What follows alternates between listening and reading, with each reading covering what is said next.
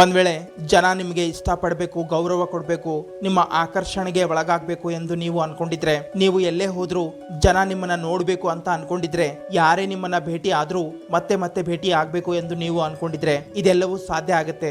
ಏಕೆಂದ್ರೆ ತುಂಬಾ ಜನ ಅಷ್ಟೊಂದು ಹ್ಯಾಂಡ್ಸಮ್, ಟ್ಯಾಲೆಂಟೆಡ್, ಗುಡ್ ಲುಕಿಂಗ್ ಅಥವಾ ಶ್ರೀಮಂತನಾಗಿರೋದಿಲ್ಲ.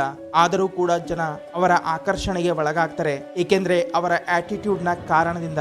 ಅವರ ಆಟಿಟ್ಯೂಡ್ ಅಷ್ಟೊಂದು ಪವರ್ಫುಲ್ ಆಗಿರುತ್ತೆ, ಪ್ರತಿಯೊಬ್ಬರಿಗೂ ತಮ್ಮ ಕಡೆಗೆ ಅಟ್ರಾಕ್ಟ್ ಮಾಡುತ್ತೆ. ಹಾಗಿದ್ರೆ ನಾ ಇವತ್ತಿನ ವಿಡಿಯೋದಲ್ಲಿ ನಿಮ್ಮ ಆಟಿಟ್ಯೂಡ್ ಅನ್ನ ಫಿಕ್ಸ್ ಮಾಡಿಕೊಳ್ಳುವ ಇಂತಹ ರೂಲ್ಸ್ ಗಳನ್ನ ಹೇಳ್ತೀನಿ. ನಿಮ್ಮನ್ನ ಒಬ್ಬ ಅಟ್ರಾಕ್ಟಿವ್ ಮನುಷ್ಯನಾಗಿ ಮಾಡುತ್ತೆ. ಪ್ರತಿಯೊಬ್ರು ನಿಮ್ಮಿಂದ ಅಟ್ರಾಕ್ಟ್ ಆಗ್ತಾರೆ. ಪ್ರತಿಯೊಬ್ರು ನಿಮ್ಮನ್ನ ಭೇಟಿ ಆಗ್ಬೇಕು ಅಂತ ಅನ್ಕೊಳ್ತಾರೆ. ಪ್ರತಿಯೊಬ್ರು ನಿಮ್ಮನ್ನ ಮಾತಾಡ್ಬೇಕು ಅಂತಾರೆ. ಒಂದ್ ವೇಳೆ ನೀವು ಕೂಡ ಇಂತಹ ಆಟಿಟ್ಯೂಡ್ ನಿರ್ಮಾಣ ಮಾಡ್ಕೊಳ್ಬೇಕು ಅಂತ ಅನ್ಕೊಂಡಿದ್ರೆ ಈ ವಿಡಿಯೋ ಅನ್ನ ಎಂಡ್ ವರೆಗೆ ನೋಡಿ. ಏಕೆಂದ್ರೆ ನಿಮ್ಮ ಆಟಿಟ್ಯೂಡೇ ಬೇರೆಯವರಿಗೆ ತಿಳಿಸುತ್ತೆ ನಿಮ್ಗೆ ಎಷ್ಟು ರೆಸ್ಪೆಕ್ಟ್ ಕೊಡಬೇಕು ಅಥವಾ ಎಷ್ಟು ಇಗ್ನೋರ್ ಮಾಡಬೇಕು ಅನ್ನೋದು. ಹಾಗಿದ್ರೆ ಬನ್ನಿ ವಿಡಿಯೋ ಪ್ರಾರಂಭ ಮಾಡೋಣ. Point number 1, hero behaviour. ಈಗ ನೀವು ಯಾವುದಾದ್ರೂ ಒಂದು ಸಿನಿಮಾದಲ್ಲಿರುವ ಹೀರೋ ಅನ್ನ ನೋಡೇ ಇರ್ತೀರಾ.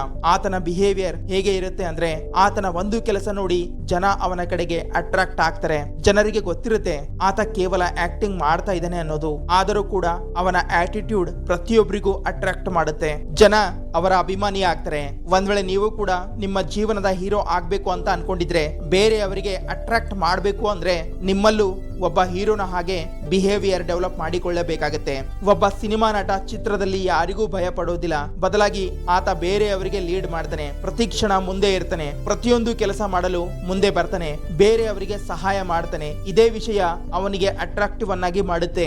ಒಂದ್ ವೇಳೆ ನೀವು ಕೂಡ ನಿಮ್ಮ ಆಟಿಟ್ಯೂಡ್ ಪವರ್ಫುಲ್ ಆಗಿರ್ಬೇಕು ಎಂದು ಯೋಚನೆ ಮಾಡ್ತಾ ಇದ್ರೆ, ನೀವು ನಿಮ್ಮ ಜೀವನದ ಹೀರೋ ಆಗಿ ಯಾವುದೇ ಒಂದು ಕೆಲಸ ಮಾಡುವುದು ಇದ್ರೆ ಯಾವತ್ತೂ ಭಯ ಪಡಬೇಡಿ, ಯೋಚನೆ ಮಾಡಬೇಡಿ, ಆಗುತ್ತೋ ಇಲ್ವೋ ಅನ್ಕೊಳ್ಬೇಡಿ. ಜಸ್ಟ್ ಪ್ರಾರಂಭ ಮಾಡಿ. ಏಕೆಂದ್ರೆ ನಿಮ್ಮ ಹತ್ತಿರ ಕೇವಲ ಎರಡೇ ಆಯ್ಕೆಗಳಿರೋದು. ಒಂದು, ನೀವು ಬೇರೆಯವರನ್ನ ಲೀಡ್ ಮಾಡಿ, ಇಲ್ಲ ಅವರ ಮುಂದೆ ಸೋಲು ಒಪ್ಪಿಕೊಳ್ಳಿ. ಒಂದ್ ವೇಳೆ ನೀವು ಬೇರೆಯವರ ಮುಂದೆ ಸೋತಾಗ ಮತ್ತೆ ಯಾರು ನಿಮಗೆ ಗೌರವ ಕೊಡೋದಿಲ್ಲ. ಅದಕ್ಕೆ ತಮ್ಮೊಳಗೆ ಈ ಆಟಿಟ್ಯೂಡ್ ಬಿಲ್ಡ್ ಮಾಡಿಕೊಳ್ಳಿ. ನೀವು ಬೇರೆಯವರ ಮುಂದೆ ಕುಗ್ಗಬಾರದು, ಬದಲಾಗಿ ಬೇರೆಯವರಿಗೆ ಲೀಡ್ ಮಾಡಬೇಕು. ಯಾವುದೇ ಒಂದು ಕೆಲಸ ಮಾಡಲು ಭಯ ಪಡಬಾರದು, ಹಿಂದೆ ಸರಿಬಾರದು. ಬದಲಾಗಿ ಒಬ್ಬ ಹೀರೋನಂತಹ ಬಿಹೇವಿಯರ್, ಒಬ್ಬ ಹೀರೋನಂತಹ ಪರ್ಸನಾಲಿಟಿ ನಿರ್ಮಾಣ ಮಾಡಿಕೊಳ್ಳಬೇಕು. Point number 2, B clear. ನೀವು ಒಬ್ಬ ಇಂತಹ ವ್ಯಕ್ತಿ ಆಗ್ಬೇಕು. ಆತನ ಮಾತಿನಲ್ಲಿ ಕ್ಲಾರಿಟಿ ಇರಬೇಕು. ಏನೇ ಮಾತಾಡಿದ್ರು ಅದನ್ನ ಪೂರ್ಣಗೊಳಿಸಬೇಕು, ನಿಜ ಹೇಳಬೇಕು. ಅಂತವನಿಗೆ ಪ್ರತಿಯೊಬ್ರು ಇಷ್ಟಪಡ್ತಾರೆ. ಅವನ ಕಡೆಗೆ ಪ್ರತಿಯೊಬ್ರು ಅಟ್ರಾಕ್ಟ್ ಆಗ್ತಾರೆ.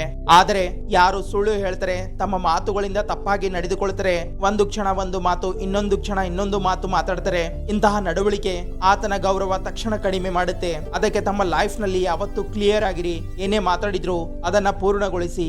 ಯಾವತ್ತೂ ಸುಳ್ಳು ಹೇಳಬೇಡಿ. ಈ ಒಂದೇ ವಿಷಯದಿಂದ ನಿಮ್ಮ ಕಡೆಗೆ ಪ್ರತಿಯೊಬ್ರು ಅಟ್ರಾಕ್ಟ್ ಆಗ್ತಾರೆ. ಮತ್ತೆ ಈ ಆಟಿಟ್ಯೂಡ್ ನ ಸಹಾಯದಿಂದ ನೀವು ಮೊದಲಿನಕ್ಕಿಂತ ಜಾಸ್ತಿ ಅಟ್ರಾಕ್ಟಿವ್ ಆಗ್ತೀರಾ. ಏಕೆಂದ್ರೆ ಆಗ ಜನ ನೋಟಿಸ್ ಮಾಡ್ತಾ ಇರ್ತಾರೆ, ಈ ವ್ಯಕ್ತಿ ಏನೇ ಮಾತಾಡಿದ್ರು ನಿಜ ಮಾತಾಡ್ತಾನೆ, ಅದನ್ನ ಪೂರ್ಣಗೊಳಿಸ್ತಾನೆ ಅಂತ ಅನ್ಕೊಳ್ತಾರೆ.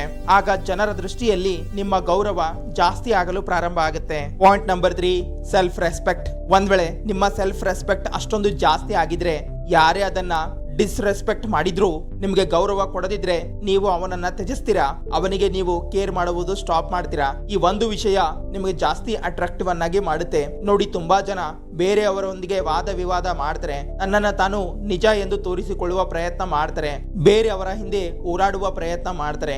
ಈ ತರ ಮಾಡಿ ಅವರು ಕೇವಲ ತಮ್ಮ ಸಮಯ ವ್ಯರ್ಥ ಮಾಡ್ತಾ ಇರ್ತಾರೆ. ತಮ್ಮ ಬೆಲೆ ತಾವೇ ಕಳೆದುಕೊಳ್ತಾರೆ. ಮತ್ತೆ ಅಕ್ಕಪಕ್ಕ ಇರುವಂತಹ ಜನ ನೋಡ್ತಾ ಇರ್ತಾರೆ, ಈತ ಈ ಸಿಚುವೇಶನ್ ಇಂದ ಪಾರಾಗುವ ಬದಲು ಇನ್ನೂ ಸಿಕ್ಕಿ ಬೀಳ್ತಾ ಇದ್ದಾನೆ ಅಂತ ಅನ್ಕೊಳ್ತಾರೆ. ಅದೇ ನಿಮ್ಮಲ್ಲಿ ವಾಕ್ ಅವೇ ಆಟಿಟ್ಯೂಡ್ ಇದ್ರೆ, ಸಿಚುವೇಶನ್ ಬದಲಾಯಿಸುವ ಸಾಮರ್ಥ್ಯ ಇದ್ರೆ, ನಿಮ್ಮನ್ನ ಕೀಳಾಗಿ ನೋಡುವ ಜನರಿಂದ ದೂರ ಆದ್ರೆ ಯಾರ ಜೊತೆಗೂ ನಿಮ್ಮ ವೈಬ್ ಮ್ಯಾಚ್ ಆಗೋದಿಲ್ಲ.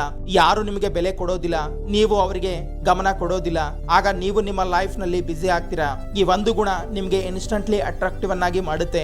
ಏಕೆಂದ್ರೆ ಜನ ಗಮನಿಸ್ತಾ ಇರ್ತಾರೆ, ಆತ ತನ್ನ ಸೆಲ್ಫ್ ರೆಸ್ಪೆಕ್ಟ್ ಅಲ್ಲಿ ಯಾವತ್ತೂ ಕಾಂಪ್ರಮೈಸ್ ಆಗೋದಿಲ್ಲ ಅನ್ಕೊಳ್ತಾರೆ. ಮತ್ತೆ ಆಗ ಜನ ನಿಮ್ಗೆ ರೆಸ್ಪೆಕ್ಟ್ ಕೊಡಲು ಪ್ರಾರಂಭ ಮಾಡ್ತಾರೆ. Point number 4, quiet confidence.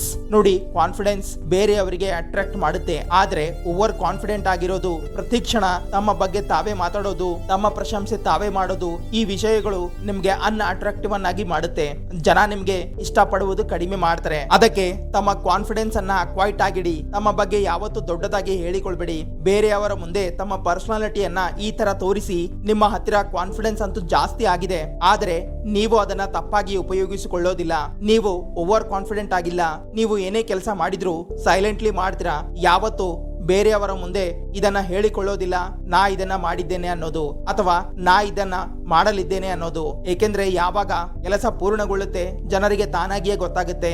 ಒಂದ್ ವೇಳೆ ನಿಮ್ಮಲ್ಲಿ ತಮ್ಮನ್ನ ತಾವೇ ಹೊಗಳಿಕೊಳ್ಳುವ ಗುಣ ಇದ್ರೆ ಇದನ್ನ ಈ ಕೂಡಲೇ ಬಿಟ್ಟು ಬಿಡಿ. ಏಕೆಂದ್ರೆ ಇದು ನಿಮ್ಮ ಪರ್ಸನಾಲಿಟಿಯನ್ನ ಹಾಳು ಮಾಡುತ್ತೆ. ಜನ ಯಾವತ್ತೂ ಆ ವ್ಯಕ್ತಿಯನ್ನ ಇಷ್ಟಪಡೋದಿಲ್ಲ ಯಾರು ಕೇವಲ ತಮ್ಮ ಬಗ್ಗೆ ತಾವೇ ಪ್ರಶಂಸೆ ಮಾಡಿಕೊಳ್ತಾರೆ. Point number 5, not be perfect. ನೋಡಿ, ಈ ಜಗತ್ತಿನಲ್ಲಿ ಯಾರು ಪರ್ಫೆಕ್ಟ್ ಆಗಿರೋದಿಲ್ಲ.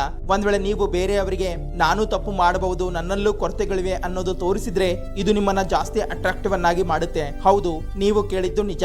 ಏಕೆಂದ್ರೆ ಅತ್ಯಧಿಕ ಜನ ನಾನೊಬ್ಬ ಪರ್ಫೆಕ್ಟ್ ವ್ಯಕ್ತಿ ಅನ್ನೋದು ತೋರಿಸಿಕೊಳ್ತಾರೆ, ಬೇರೆಯವರ ಮುಂದೆ ಪರ್ಫೆಕ್ಟ್ ಆಗಿರುವ ಪ್ರಯತ್ನ ಮಾಡ್ತಾರೆ. ಆದ್ರೆ ನೀವು ಬೇರೆಯವರಿಗೆ ನಾನು ಸ್ಟ್ರಗಲ್ ಮಾಡ್ತಾ ಇರೋದಾಗಿ ತೋರಿಸಿದ್ರೆ, ನಾನು ಸಹ ತಪ್ಪು ಮಾಡಬಹುದು ಅನ್ನೋದನ್ನ ತೋರಿಸಿದ್ರೆ, ಆಗ ಜನ ನಿಮ್ಮ ಹತ್ತಿರ ಬರುವ ಪ್ರಯತ್ನ ಮಾಡ್ತಾರೆ, ನಿಮ್ಮಿಂದ ಅಟ್ರಾಕ್ಟ್ ಆಗ್ತಾರೆ.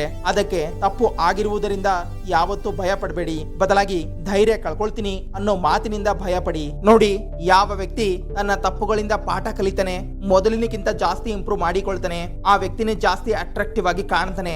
ಆದ್ರೆ ಯಾವ ವ್ಯಕ್ತಿ ತನ್ನ ತಪ್ಪುಗಳನ್ನ ಮುಚ್ಚಿಕೊಂಡು ಬೇರೆಯವರ ಮುಂದೆ ಪರ್ಫೆಕ್ಟ್ ಆಗಿದ್ದೇನೆ ಅನ್ನುವ ಪ್ರಯತ್ನ ಮಾಡ್ತಾನೆ, ಮತ್ತೆ ಬೇರೆಯವರಿಗೆ ನನ್ನಿಂದ ತಪ್ಪು ಆಗೋದೇ ಇಲ್ಲ ಎಂದು ವಾದ ಮಾಡ್ತಾನೆ, ಆಗ ಜನ ಅರ್ಥ ಮಾಡಿಕೊಳ್ತಾರೆ ಈ ವ್ಯಕ್ತಿ ಫೇಕ್ ವ್ಯಕ್ತಿ ಆಗುವ ಪ್ರಯತ್ನ ಮಾಡ್ತಾ ಇದ್ದಾನೆ ಅನ್ನೋದು. Point number 6, reject. ಒಂದ್ ವೇಳೆ ನೀವು ಬೇರೆಯವರಿಗೆ ರಿಜೆಕ್ಟ್ ಮಾಡಿದ್ರೆ, ನಿಮ್ಮಲ್ಲಿ ಬೇರೆಯವರಿಗೆ ರಿಜೆಕ್ಟ್ ಮಾಡುವ ಆಟಿಟ್ಯೂಡ್ ಇದ್ರೆ, ಆವಾಗಲೇ ಜನ ನಿಮ್ಮಿಂದ ಅಟ್ರಾಕ್ಟ್ ಆಗ್ತಾರೆ. ಉದಾಹರಣೆಗೆ, ನಿಮ್ಗೆ ಯಾರಿಗೋ ಭೇಟಿ ಆಗಲು ಹೋಗುವುದು ಇದೆ.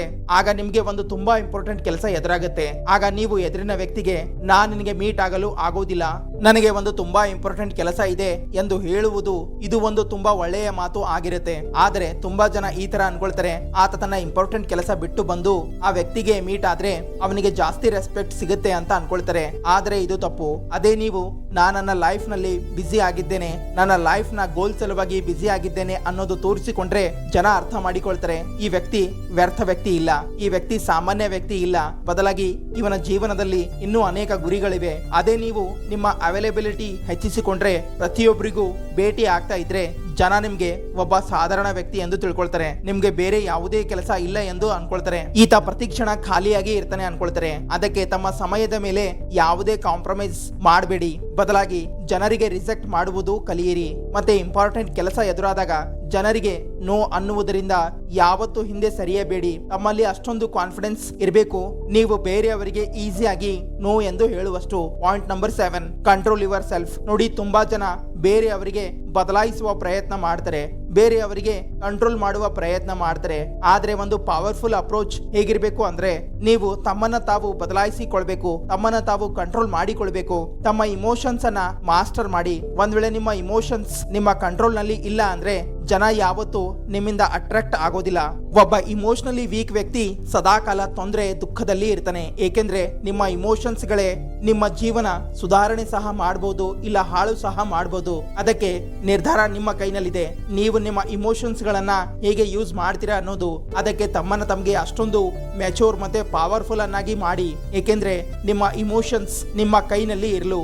ಯಾರ ಮುಂದೆಯೂ ತಮ್ಮ ಇಮೋಷನ್ಸ್ ಫೀಲಿಂಗ್ಸ್ ಗಳನ್ನ ಶೇರ್ ಮಾಡಬೇಡಿ, ಇಲ್ಲ ಅಂದ್ರೆ ಜನ ನಿಮ್ಮನ್ನ ಪ್ರತಿಕ್ಷಣ ಉಪಯೋಗ ಮಾಡಿಕೊಳ್ತಾರೆ. Point number 8, B responsible. ಒಬ್ಬ ಜವಾಬ್ದಾರಿ ಉಳ್ಳ ವ್ಯಕ್ತಿ ಪ್ರತಿಯೊಬ್ಬರಿಗೂ ಇಷ್ಟ ಆಗ್ತಾನೆ. ಒಂದ್ ವೇಳೆ ನಿಮ್ಮಲ್ಲಿ ಈ ಆಟಿಟ್ಯೂಡ್ ಇದ್ರೆ, ನೀವು ನಿಮ್ಮ ಜೀವನದ ಪ್ರತಿಯೊಂದು ರೆಸ್ಪಾನ್ಸಿಬಿಲಿಟಿಯನ್ನ ತಮ್ಮ ಕೈಗೆ ತಗೊಳ್ತೀರಾ. ಆಗ ಅದು ಯಾವುದೇ ಕೆಲಸ ಆಗಿರ್ಲಿ, ಯಾವತ್ತು ನಿಮ್ಮ ರೆಸ್ಪಾನ್ಸಿಬಿಲಿಟಿಯಿಂದ ಭಯ ಪಟ್ಟು ಓಡದೇ ಇದ್ದಾಗ ಪ್ರತಿಯೊಬ್ಬರು ನಿಮಗೆ ಗೌರವ ಕೊಡ್ತಾರೆ, ಪ್ರತಿಯೊಬ್ಬರು ನಿಮಗೆ ಇಷ್ಟ ಪಡ್ತಾರೆ. ಒಂದ್ ವೇಳೆ ನೀವು ನಿಮ್ಮ ಜೀವನದ ರೆಸ್ಪಾನ್ಸಿಬಿಲಿಟಿ ತಗೊಳ್ಳದೇ ಇದ್ದಾಗ ತಮ್ಮ ಎಲ್ಲಾ ತಪ್ಪು ಬೇರೆಯವರ ಮೇಲೆ ಹಾಕಿ ಓಡಿ ಹೋದಾಗ ಈ ಒಂದು ವಿಷಯ ನಿಮಗೆ ಒಬ್ಬ ವೀಕ್ ವ್ಯಕ್ತಿಯಾಗಿ ತೋರಿಸುತ್ತೆ. ಇದರಿಂದ ನಿಮ್ಮ ಜೀವನದ ಮೇಲೆ ನಿಮ್ಮ ಯಾವುದೇ ಕಂಟ್ರೋಲ್ ಇರೋದಿಲ್ಲ, ಬದಲಾಗಿ ನಿಮ್ಮ ಜೀವನವನ್ನು ಬೇರೆಯವರು ಕಂಟ್ರೋಲ್ ಮಾಡ್ತಾ ಇದ್ದಾರೆ ಅನ್ಸುತ್ತೆ. ಅದಕ್ಕೆ ತಮ್ಮ ಜೀವನವನ್ನು ತಮ್ಮ ಕಂಟ್ರೋಲ್ ನಲ್ಲಿ ಇಡಿ, ಬೇರೆಯವರ ಕೈಗೆ ತಮ್ಮ ಜೀವನದ ಕಂಟ್ರೋಲ್ ನೀಡಬೇಡಿ. ತಮ್ಮ ಜೀವನದಲ್ಲಿ ಒಬ್ಬ ರೆಸ್ಪಾನ್ಸಿಬಲ್ ವ್ಯಕ್ತಿಯಾಗಿ. ಹಾಗಿದ್ರೆ ಇದೆಲ್ಲವೂ ಆ ರೂಲ್ಸ್ ಗಳಾಗಿವೆ, ನಿಮ್ಮನ್ನ ಒಬ್ಬ ಪವರ್ಫುಲ್ ವ್ಯಕ್ತಿಯನ್ನಾಗಿ ಮಾಡುತ್ತೆ. ಹಾಗಿದ್ರೆ ಈ ವಿಡಿಯೋ ಇಲ್ಲಿಗೆ ಮುಕ್ತಾಯ ಆಗುತ್ತೆ. ಈ ವಿಡಿಯೋ ಬಗ್ಗೆ ನಿಮ್ಮ ಅನಿಸಿಕೆ ಏನೇ ಇದ್ರು ಕಮೆಂಟ್ಸ್ ಮೂಲಕ ತಿಳಿಸಿ. ಹಾಗೆ ಚಾನಲ್ ಸಬ್ಸ್ಕ್ರೈಬ್ ಮಾಡಿ, ಇನ್ಸ್ಟಾ ಪೇಜ್ ಅನ್ನು ಫಾಲೋ ಮಾಡಿ. ಬಾಯ್ ಬಾಯ್.